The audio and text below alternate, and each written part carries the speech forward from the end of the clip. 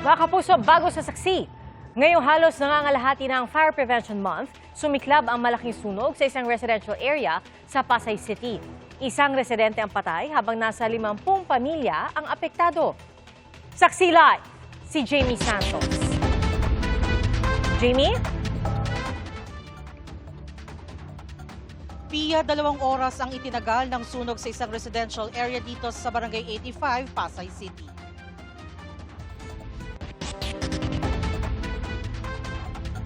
Mag-aalas 6 ng gabi nang sumiklab ang sunog sa residential area sa P. Villanueva Street, Barangay 85, Pasay City. Sa kuhang ito, kita ang laki ng nilalamon ng apoy. Ang kapal ng usok na bumabalot sa mga bahay.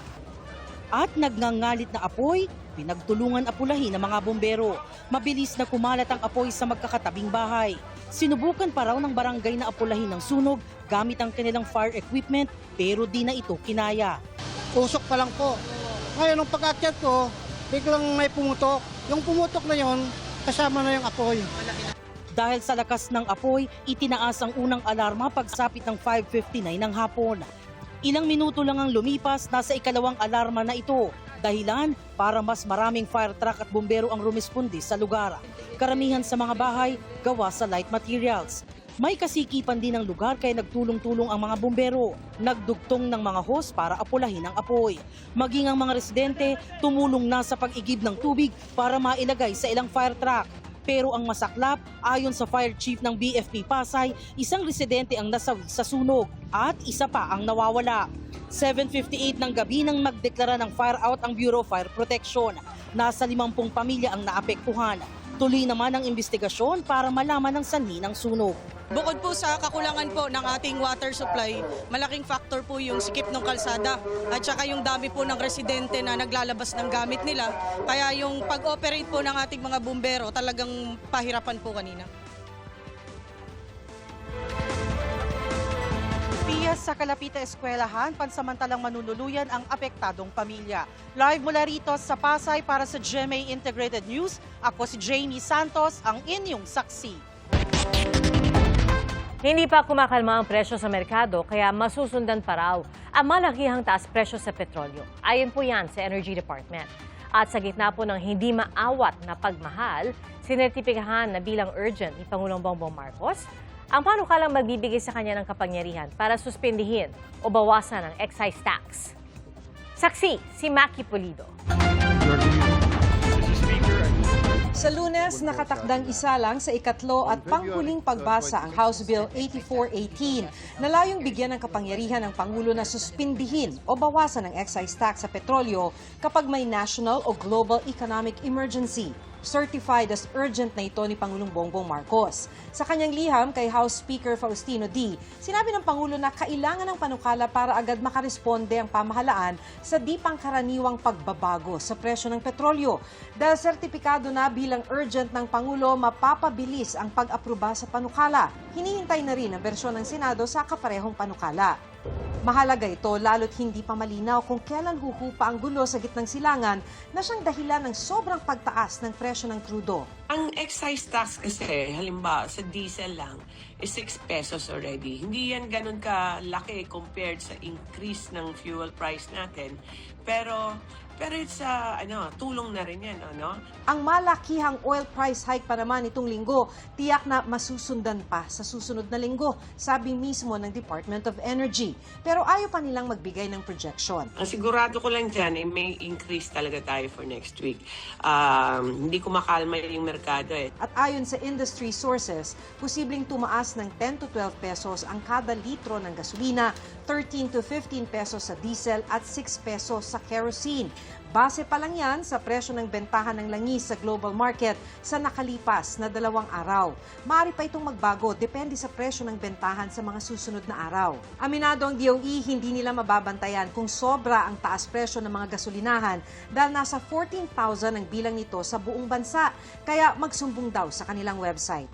Sa gitna ng di maawat na pagtaas ng presyo, wala na raw patid ang dating ng mga nagpapagas sa gasolinahang ito sa Quezon City. Hindi na po ito normal kasi po nung nung nakakaraan, isa-isa lang po yung dating. Ngayon po, bultuhan po, marami po sila. Inabot po namin yung pagtaas uli ng presyo, kaya ngayon pa lang po, nagkakarga na po kami ng gas. Para makatipid naman po kahit papaano. Pero ang iba, Sunod sa Agos na lang, wala man kami budget para mag-imbak ng mag-imbak. Kaya kung ano lang yung presyo, yun na lang ma'am. pakiusap ng DOE, huwag mag-panic buying. Meron po tayong sufficient supply. Ang presyo lang po talaga yung issue dito. Which is malaki po na problema yun yung presyo. Para sa GMA Integrated News, ako si Maki Pulido, ang inyong saksi. Pansamantalang walang operasyon ng MRT Line 3 mula April 2, Huwebes Santo, hanggang April 5, Linggo ng Pagkabuhay. Ayon po sa Department of Transportation, isasagawa ang taunang Holy Week maintenance activity sa mga naturang petsa. Isasagawa ang mga kinakailangang maintenance para matiyak na mas ligtas at mas maayos ang serbisyo para sa mga suki ng MRT. Magbabalik sa normal ang operasyon sa April 6, araw ng Lunes. Arestado ang 2 suspect sa pagpatay sa isang pulis na tumatakbong pangulo ng Homeowners Association sa Giginto, Bulacan. Isa po sa mga suspect, dating pulis. Saksi, si Rafi Tima. Linggo ng gabi, naglalakad si Police Master Sergeant Jose de la Peña Uring sa kanilang lugar sa Giginto, Bulacan nang bigla siyang barilin ng salarin. Nagsasagawa noon ng caucus para sa eleksyon ng kanilang Homeowners Association. Kinangkang pigilan ng pagtakas ng gunman sa pamamagitan ng pagpukol sa kanya ng isang monoblock chair. Hindi na nakunan, pero dito raw nagpaputok muli ang suspect kung saan isang babae naman ang tinamaan. Maayos naman daw ang kalagayan ng pangalawang biktima. Kahapon, ipininisinta ng Police Regional Office 3 ang 2 suspect sa pagpatay. Ang mismong gunman ay isang dismissed na pulis at ang driver ng getaway motorcycle. Pangunahin daw sa tinitingnan motibo sa pagpatay ang muling pagtakbo ng biktima bilang pangulo ng Homeowners Association sa kanilang lugar. Mukhang doon tumatakbo yung motibo doon sa pagtakbo niya na sa incumbent na homeowner doon sa subdivision. Tumanggi munang magpaunlak ng panayam ang misis ng biktima na isa ring pulis. Pero mas panatag na raw ang kanyang loob ngayon matapos maaresto ang bumaril sa kanyang mister. Wala naman daw natatanggap na banta sa kanyang buhay ang biktima na miyembro ng Bulacan Police Provincial Office Intelligence Unit. Pero ilang araw bago ang pamamaril, may napansin daw ang asawa ng biktima. May napapansin daw siya na ilang araw na may umiikot at umaligid dun sa kanyang bahay. Ayun po, hindi na nila na-report sa atin. Sabi nga, dapat na i-report natin kagad na mayroon ganito kayo. Pero binaliwala nila kasi alam naman subdivision at maraming din tao. Na-inquest na kanina ang 2 suspect sa kasong murder. Isang John Doe rin ang kasama sa mga kinasuhan dahil hinahanap pa raw ng mga pulis ang nag-utos ng pagpatay sa biktima. Para sa GMA Integrated News, Rafi Tima ang inyo, saksi. Sa Martes na ipapamahagi ang 5,000 pisong ayuda para sa mga kwalipikadong tricycle driver sa Metro Manila. Susunod na mabibigyan ng cash aid ang mga jeepney driver. Saksi, si Ian Cruz.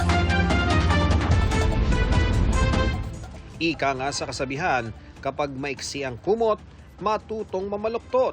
Kaya ang jeepney driver na si Jerry, kahit dati ay pilit ng pinagkakasya ang kinikita sa araw-araw, pero ngayong sumipa ng husto ang presyo ng petrolyo, di na raw niya alam kung paano pa sasapat ang dating kulang na. Kahit nang pang-ilalim ko, hindi na ako nakakabili.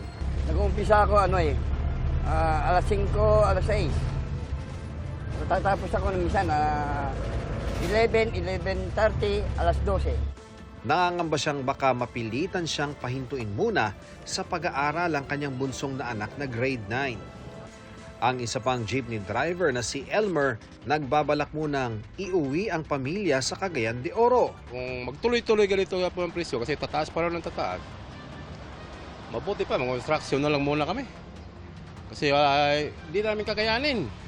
Sa taas ng presyo ng diesel, iuwi ko muna sa probinsya yung mga pamilya ko. Dahil kahit pa paano, hindi kami umuupa ng bahay. Malaking dagok talaga para sa mga tsoper ang mahal na krudo. Kaya ang ilang driver sa Malolos, Bulacan, mas pinipiling huwag munang mamasada. Hiling nila, maipatupad ang taas pasahe.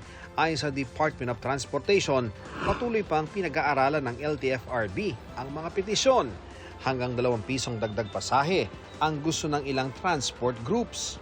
Siguro sapat na yung 2 piso na idadagdag para nang sa ganun ay malaking tulong na rin sa ating mga tsuper. Kung titignan po natin, limos po ito di ba? Kung i-compute natin yung pagtaas, sudden increase ito. Sakaling mapagbigyan ito, sa pool na naman ang mga ordinaryong commuter. Mababawas po yun syempre sa budget po namin sa baon namin, sa mga materials po para sa school, ganon, mga projects. Maladomino nga ang epekto ng pagmamahal ng krudo. Sa La Trinidad, Benguet, kung nooy dagsa na raw ang mga turista pagsapit ng Marso para sa Strawberry Festival, matumal daw ang dating ngayon ayon sa mga nagtatrabaho sa mga strawberry field. Wala ganong customer na pumunta dahil mahal daw ang pamasahe at ang gasolina ay mahal. Talagang matumal, pati bentahan. Hindi pa masabi ng pamahalang panlalawigan kung ilang porsyento ang nawalang turista dahil sa oil price hike. Sa tourism, siguradong tatamaan yan kasi siyempre isa-isa sa taas ng fuel, lahat naman affected yan . So titingnan natin ito kasi ngayon nasa Strawberry Festival tayo ng La Trinidad. Makita ko yung mga kalsada natin, hindi ganun karami yung sasakyan. Sa isang gasolinahan, ilang sentimo na lang ay papalo na 100 piso ang kada litro ng diesel. Masyadong naapektuhan na rin kami kaya pati yung mga services namin sa trabaho kailangan din sana mag-increase pero hindi . Kaya ganoon pa rin, kailangan tsagahin, hopefully bumaba. Pero may mga gasolinahan namang nasa 87 hanggang 89 pesos ang kada litro ng diesel. Patuloy ang monitoring ng LGU, mga pulis at DTI para matiyak na walang mananamantala. Nag-inspeksyon din sa ilang gasolinahan sa kani-kanilang nasasakupan sina San Juan Mayor Francis Zamora at Manila Mayor Isko Moreno. Para maibsan ang epekto ng grabing taas presyo, simula alas 6 ng umaga sa Martes ay mamamahagi ang DSWD ng 5,000 pisong ayuda sa mga tricycle driver sa Metro Manila.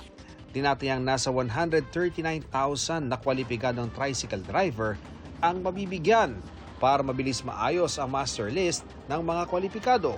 Kukunin ng DSWD ang listahan sa mga LGU para i-check at i-verify hanggang Lunes. As long na nagde-drive sila at they are recognized tricycle drivers, sila po ay kasama sa listahan as verified, assessed, and endorsed po ng ating pong lokal na pamahalaan.